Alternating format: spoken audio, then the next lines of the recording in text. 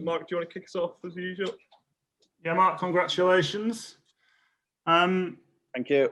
There's always a tendency amongst you multiple world title winners to say the first one's the most special, but after what you've been through, would you say that this one ranks even higher? Yeah, possibly. I mean, as I said before, winning it for the first time is always going to be very, very, very special. Winning it this time, Sophie there, because she's at the age now where she understands. Probably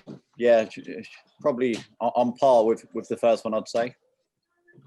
And how important is it for you now to almost complete the journey, as it were, and go on to reclaim that world #1 ranking?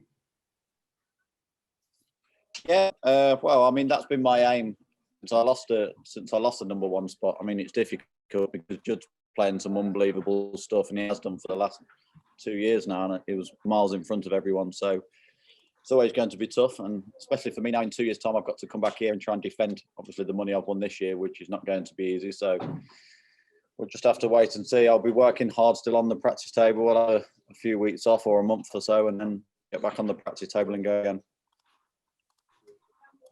And how much better equipped do you feel you are now psychologically to avoid a repeat of what happened after you won your last world title and, you know, went through that sort of couple of years of struggle? Yeah, I definitely feel in a better place mentally, on and off the table. And I think that's down to Chris, especially on the table, is helped me a huge amount, you know, because I was sort of getting a little bit fragile over the last few years, sort of doubting myself a little bit, and he sort of put that to bed and got me back believing in myself again. Obviously, you can't win this tournament if you're doubting yourself. So, I mean, a big thank you to him and a big shout out to Chris. Thanks, Mark. Hi, Mark. Hi, mate. How you doing? Yeah, good, mate. You? Good, yeah, very good. So you talked about the dark days there. Obviously, you went through that spell, not winning tournaments so much. Was it just the snooker, or you mentioned your family going through that as well? Was there stuff off the table? Just for me in general. Like, obviously, like with my past and stuff. Obviously, it always flares up now and again. And obviously, like with snooker, I mean, you have so many highs and then so many lows. So obviously, when I was struggling, obviously, and having the lows from snooker, obviously, all the other bad thoughts come flooding back as well. So obviously, having all your close friends and family around and getting you to kick on and dig in actually helped massive amounts, you know. So yeah, at times you don't always think that you're gonna sort of pick yourself back up, but thankfully for them, obviously they've like stuck by me through thick and thin, and here I am still here. Sure. It seems like there's nothing like a game of snooker that shows where you are mentally. Like really illustrates how you're feeling. Yeah, of course. I mean, it's a tough game. It's probably one of the hardest sports mentally to play in, because like you say, once you're sat in your chair, it doesn't matter how good you are.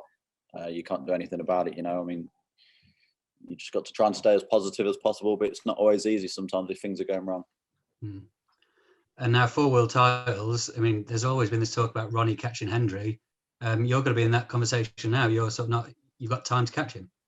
Well, I'm 37, mate. I'm not getting any younger, so I'll have to wait and see. I'm on 4 at the minute. I've still got a long way to go to catch Stephen. You look at Ronnie, how good Ronnie is, and he's still one behind, and he's been playing for years as well. So, but I'm still in there with a chance, you know. 37, so I've got 8-9 years. And I mean, you were in this conversation anyway. But I mean, what does it feel like to be sort of one of the 5 best people to ever play this sport? Yeah, incredible, really. I mean, obviously, to win 3 was unbelievable, and be on par with people like Mark Williams and stuff like that. So to now equal somebody of John Higgins, who's one of the all-time greats, and be on 4 is beyond my wildest dreams. You know, if you'd have said to me when I was starting out as a young lad, professional snooker player, that I'd be 37 years old with 4 world titles, I'd have probably laughed at you. But it's true, and it's come to fruition. Yeah, and last one from me. This is an annoying one, to be fair, but there was some boos when you came out to the arena this evening. Yeah. What's all that about? I don't know, mate. It doesn't bother me. You know what I mean? I'll just take it with a pinch of salt. I mean, actually, probably like people who was out there supporting Sean. He had a lot of support out there. Obviously, it was a great atmosphere, you know, for both of us. So just one of them things, you know. It doesn't bother me. Obviously, I know people's got their favourites, and people there'd have been a lot of people in that arena wanting Sean to win, and there'd been some people who wanted me to win. So that's just sport at the end of the day. Great. Cheers, Mark. Congratulations. Cheers, mate. Mark, many congratulations from me. Fantastic triumph for you. Yes, mate. My mind goes back to Crawley in the autumn of 2019. I know your whole snooker journey's been a sort of dramatic one, but it strikes me that was the beginning of the comeback that led to this in a way. Because you were in a pretty bad place before that win, weren't you? You'd gone a long time without winning a title, and you started to have doubts, didn't you? Yeah, was that with the English Open when I played Dave Gilbert? Was it? And thrashed him, yeah. Yeah. I mean, all right, Nick. So tell me to. I get on well with Dave. But yeah, I mean, I played really well in that final, and obviously leading up to that tournament, I'd not won anything for a few years. So, like you say, I practiced with Dave a lot, and when I play him, I sort of just try and get into a rhythm and just play really well most of the time in practice. So when I was playing him, I was thinking, look, just don't go out there and try and like question yourself and second guess yourself and play slow, because he'll be thinking, well, this is not the Mark Selby I normally practice against. So I just tried to get on, and fortunately for me, I played really well and won. And as you say, yeah, from that moment on, I sort of got a little bit of belief back, because before that, I'd probably not won anything for a few years, as you say. I mean, it was incredible drama tonight. Take me through those final balls again, because you obviously had to keep your nerve. What was going through your mind there as you were going through those colours? Yeah, I mean, I was still calm, because I didn't really feel like I had like loads and clear-cut chances from 17-13. I won the I had a shot at a red into the corner pocket and missed it by an absolute mile. Sean ended up making a good break, and then the next frame I've had a go at a long red. Sort of probably played it the wrong way. I probably should have just committed and just played it for the black, and I've tried to come up for a ball colour and missed it. Then he's made a few good breaks, and then he looks like nicking the next frame as well. And so I was calm. It's not as if I had chance after chance, and I was blowing it away. So I was thinking I just had to try and stay calm, and hopefully I'll get another chance. And when he's playing that last red down the rail, I'm sort of wanting him to go for it, because I'm thinking if you don't pot it, it's always going to stay over the hole. He can't possibly get away with it, So fortunately for me, he missed it, and I managed to hold myself together and make the clearance. I mean, it was a very emotional night in the arena there for so many reasons. I think the pandemic, the crowds. I mean, you must have sensed that today, did you? Yeah, I mean, it was amazing, and a big shout out goes to World Snooker, Betfred, everyone involved, obviously, to make this happen, to have fans in there. I mean, playing here last year was tough. It's such a great arena, and to come here and play in front of no one was quite, not demoralising, but it was sort of soulless when you walked up to that one table situation. You sort of put all the hours in every day under the sun to try and come to this tournament and obviously enjoy it with a full crowd. And there's no better arena when there is a full crowd. So playing here last year with nobody in there was tough. So to have some fans back and to have this tournament as a pilot event to sort of go forward and have the fans back in the arena, it was great. It was only 30% at the first round, and then it increased as the tournament went on, and hopefully it's been a huge success, and we've not had any positive cases that's come off it, and this is a stepping stone going forward. One more for me. So I know Phil's already talked about 4, incredible from you. It's put you in even higher in the pantheon now. Yeah. But you're a hungry kind of player, aren't you? You want to go higher and higher, aren't you? You've got Ronnie in your sights now, Hendry in your sights. You've still got plenty of years left. Well, hopefully. I mean, every time I win tournaments, it makes me strive on to try and win even more. I mean, there's no better feeling than winning, especially when it's a world championship. So knowing how that felt, winning again tonight with all your family and friends there, it's the best feeling in the world. So I'll be trying again the next few years to come back and try and win it again. But listen, if I never ever win it again, to win 4 world titles is incredible. Have a great night, Mark. Congratulations. Yeah, thanks, mate. Mark. Okay, hi, Mark. Oh, just a quick one here. My question. Hello. Mark, can I just ask a question?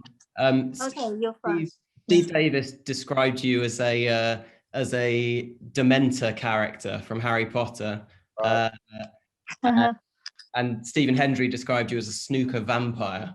What do you make of those types of descriptions of your playing style? Well, I don't know about what Steve says, because I've never really watched Harry Potter, and a vampire is probably down to my fangs with my teeth. But other than that, I mean, I don't know what they mean by it, but I'm sure obviously they mean it in a nice way. Does it bother you, any criticism or perhaps comment on you as sort of sucking the life out of your rivals? does that criticism affect you at all? Does it bother you? Not at all. Not at all, mate. You know, I mean, obviously, I go out there and I try my hardest, no matter what, blood, sweat, and tears. And I just try and go out there to win and give it my all. You know, and leave nothing out there. So if that's the way, obviously, I've got to do it. That's the way I've got to do it. I'm not the most naturally gifted player. Like you look at Ronnie and you look at Trump, obviously they're like very, very talented. Basically born with a cue in their hand. Where me, I've had to like work hard all the way through my career. You know, I've been brought up as a council estate. My father had no money at all. He passed away when I was 15, 16. Mum left me when I was 8 years old. So it's been tough. So I sort of respect the good things in life, you know, and obviously just try and keep my feet on the ground. Thank you. Okay, my question. Hello, congratulations, Mark. And your lovely daughter. Very beautiful. Yeah, a fourth world title. Congratulations. Yeah, thank you. Did you go in with a plan for how to beat Sean, or do you just plan to play your own game? Yeah, just to go in and play my own game and try and pop more balls on him. But you can't really have a plan. I just went in there because every frame's different. So I just went in there and just played one frame at a time and see what happens. Right, and between what's different do you think between this year and the last year, the World Championship? Because today the full of spectators, the atmosphere is completely different here. Yeah, obviously it was amazing this year having spectators in, you know, watching, especially for the final. It was a full house and a fantastic atmosphere. Over the last 12 to 15 months, it's been really tough for everybody around the world. Last year it was tough, obviously playing here in front of nobody, but hopefully, like I say, this is a stepping stone going forward, and it's hopefully like spectators will be coming back in many other sports now. Right. Barry Hearn retired today. Barry Hearn. Barry retired today. Okay. Yeah, and Eddie Hearn, become the new. Yeah, give some comments about this. Barry, yeah, I mean, absolute brilliant. You know, I mean, before Barry took over, the game was sort of going nowhere. We had 5 or 6 tournaments, basically like part-time snooker players. A lot of players was working outside of the season for 3 or 4 months. And since Barry Hearn took over, we're playing in countries that I never thought we'd go to, and 25 tournaments a season. So big thank you to Barry. I'm sure he'll enjoy his retirement, but I don't think he'll retire. I'm sure he'll still be doing a lot of work behind the scenes, but yeah, he's done an amazing job, and every snooker player owes him a lot. Right.